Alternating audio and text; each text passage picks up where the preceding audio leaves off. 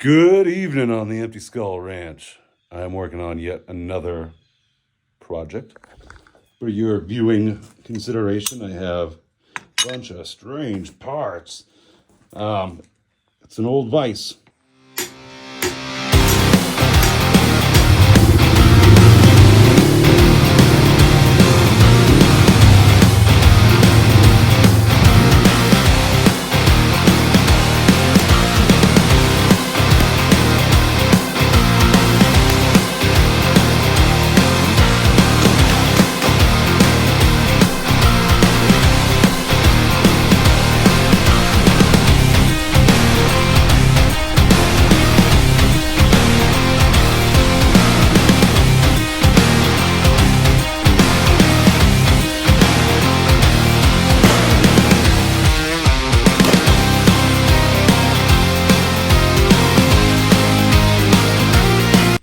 All right.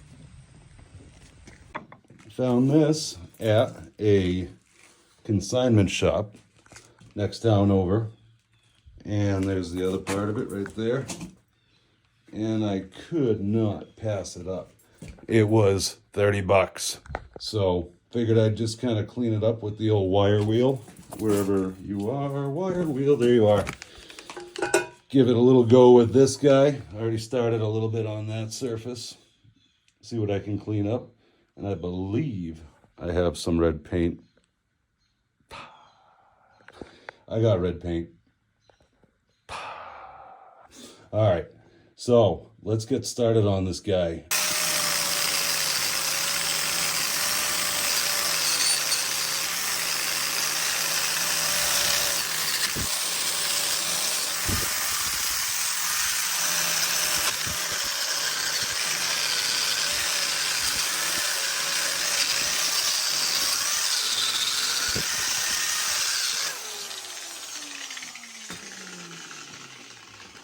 All right, let's take a look at what we got so far. Basically, that is how it's shaping up. So let me do a little bit more grinding on this thing and see what I can get us. And then I'll come back to you and show you what we have. All right. Here is this part. I'm going to give this a quick buzz down. And yeah, give it a quick buzz down. We have this part right here. Came out pretty good. I think I got a lot of the stuff off of it. As you can see, it's a Columbian. That's a little synopsis on Columbian. Columbian Vise Company was seceded. Well, they seceded Van Wagner and Williams Hardware Company in about 1905 and changed their name to Columbian Vise Company in about 1921.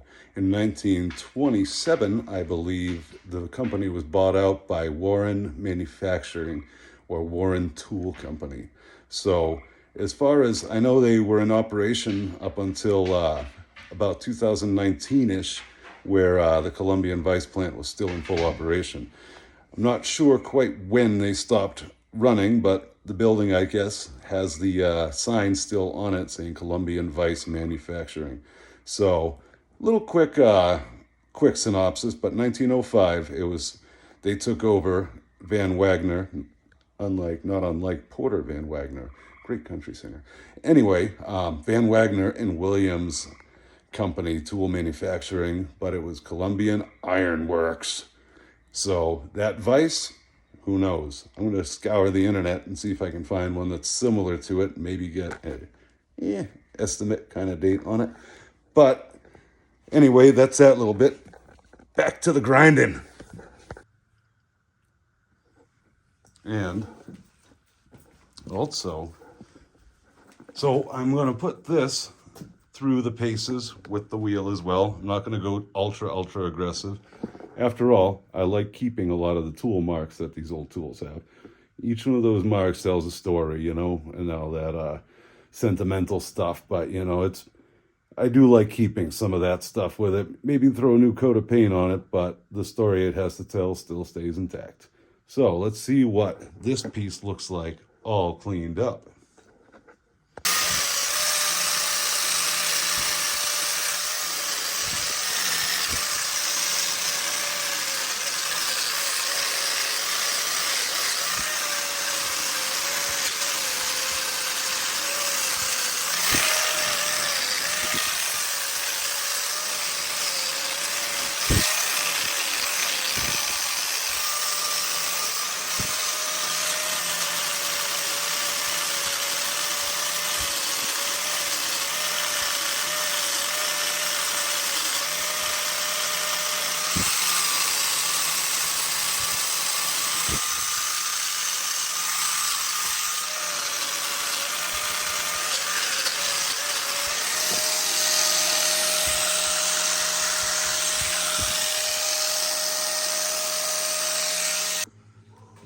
Well, let's see what's lurking behind this guy. Notice I didn't pull the retainer ring out of the worm gear in here.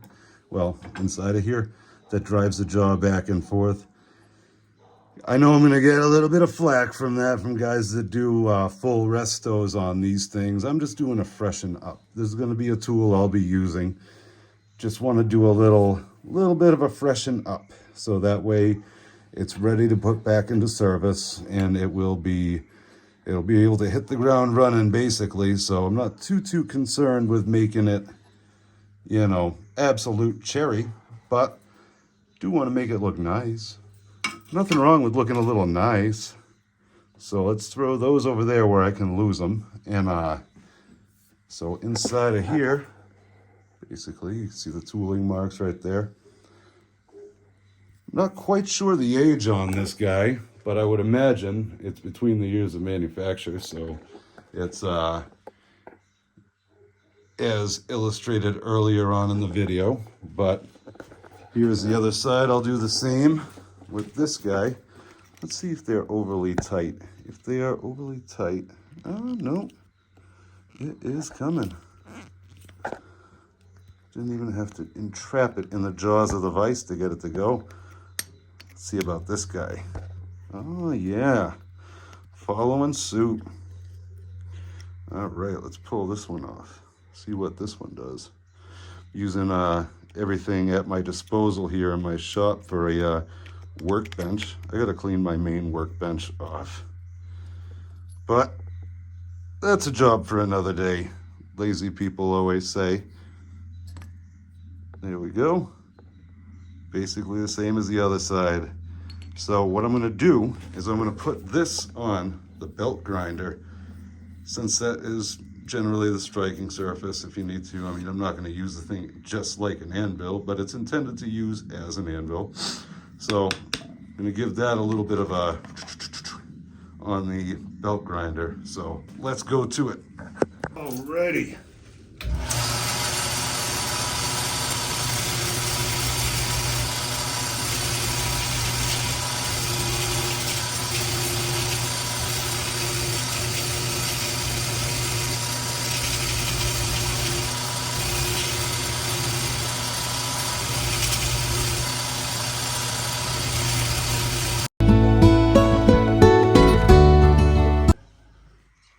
Well, there she is. Now, I think I'm just going to get that base plate, maybe run the brush through here a little bit, get that base plate wire brushed off, tape that off, and tape off whatever else I need to, and give it the juice.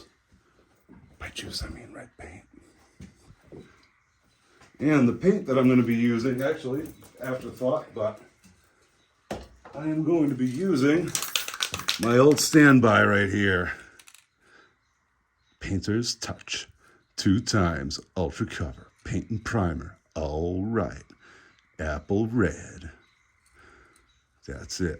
This stuff works amazing. 2 times the cover. It really does cover quick. And I use this kind of, that's what I painted this guy with, actually. A little bit of this on one side, some yellow, and then mated the middle like a 1990s set of skis. Oh yeah.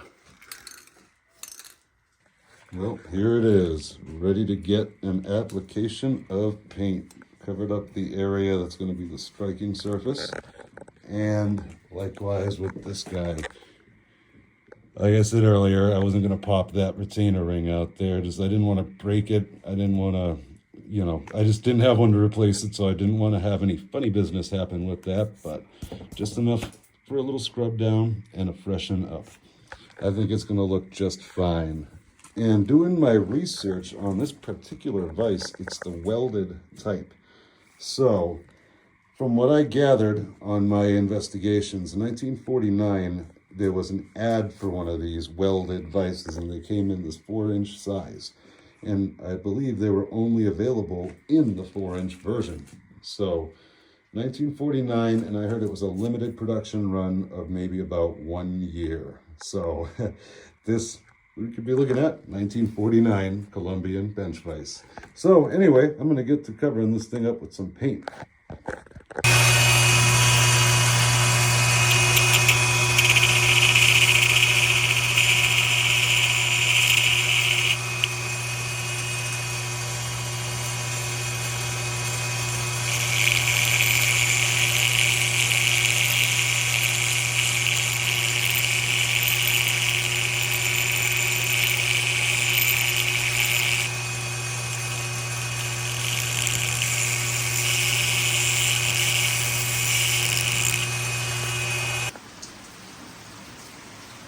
All right, I'm gonna put these guys back where I found them.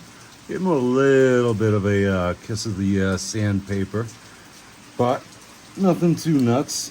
Like I said, this isn't a total restoration job as much as it is just a make it a little bit more aesthetically appealing, you know. That's thought the whole rig was going down there for a second. Scary. Yeah. You can tell this guy is an old vise because these screws are very, very wonky. And they don't like going in anything but the hole they came out of. I should have marked which side they came out of. That one is going in nicely now. Well, ish. Let's see. Paint's still a little tacky, but I figured I'd get her assembled anyway tonight. That way it could sit in here and kind of cure, all put back together. I did, however, take a note of which side these jaw plates came out of. So they are going to their respective side anyway. Hopefully this is the only time that they're going to have to come out, because these screws are not fun to mess around with. There we go. Give that one a tighten down. They sit nice and flush though. And the cross hatching on the jaws, I just skimmed it on the sander just a little bit. I got that one put in already. As you can see, sides. And you can still read, it's kind of hard to read it, but Columbian, patent pending. All right, well, give me a couple minutes and I'll put this whole thing back together and we can take a gander at the finished product. There we go, oiled that guy up and placed it in there. It was the long overhang side towards the, there's a long overhang side towards the inside opening of the jaws. There we go. So threw some clear grease into the opening for the worm gear, just to keep that guy all oiled up. That's the little pin I didn't want to disrupt. I was hoping to try to get the slit side to come over, but seemed like it was all in good enough working order, so I didn't want to mess with it.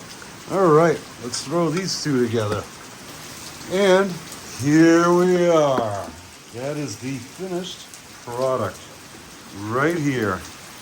I'm going to take a little bit of linseed oil and rub it into this surface right here. It had a little bit of an uneven, as the belt was hitting it like that. Kind of wish that it went all the way across. But nonetheless, it's all polished. And it's only for striking stuff anyway. And this will be used. It's not a museum piece by any stretch. But there it is. She's a good running vise. Put some oil on here. Instead of using grease, I'm using oil. We're going to be doing things that generate metal shavings and all that. Grease, metal shavings stick to. Everything sticks to grease, and it gets that crud all in the inside, defeating the purpose of lubricating it in the first place. So I use oil. Oil makes it slick, makes it slide, and it doesn't retain the metal flakes and all the other crap as much. You can wipe it off a hell of a lot easier than grease, because grease it goops and slides, and it just doesn't go well. But with oil, you can wipe the stuff right off. So, like I said, 1949 is my guess. Anybody out there that may have one, or may have seen one, or just knows a thing or two about old tools, You want to drop in the comment box if you know any more information about this, but my guess is 1949, because I believe it was a limited production run on this particular design. Thinking with the whole welded aspect of it, you know, not being forged but welded. But still, it's a nice vise. It's rugged as hell. Just by using it a little bit here and there, just before I cleaned it up, you can tell this thing is rugged. It's definitely a well-made tool. Like anything else from the 40s would be, well-made. So anyway, guys, hope you enjoyed this quick little video, and I'll join you next time on the Empty Skull Ranch. All right.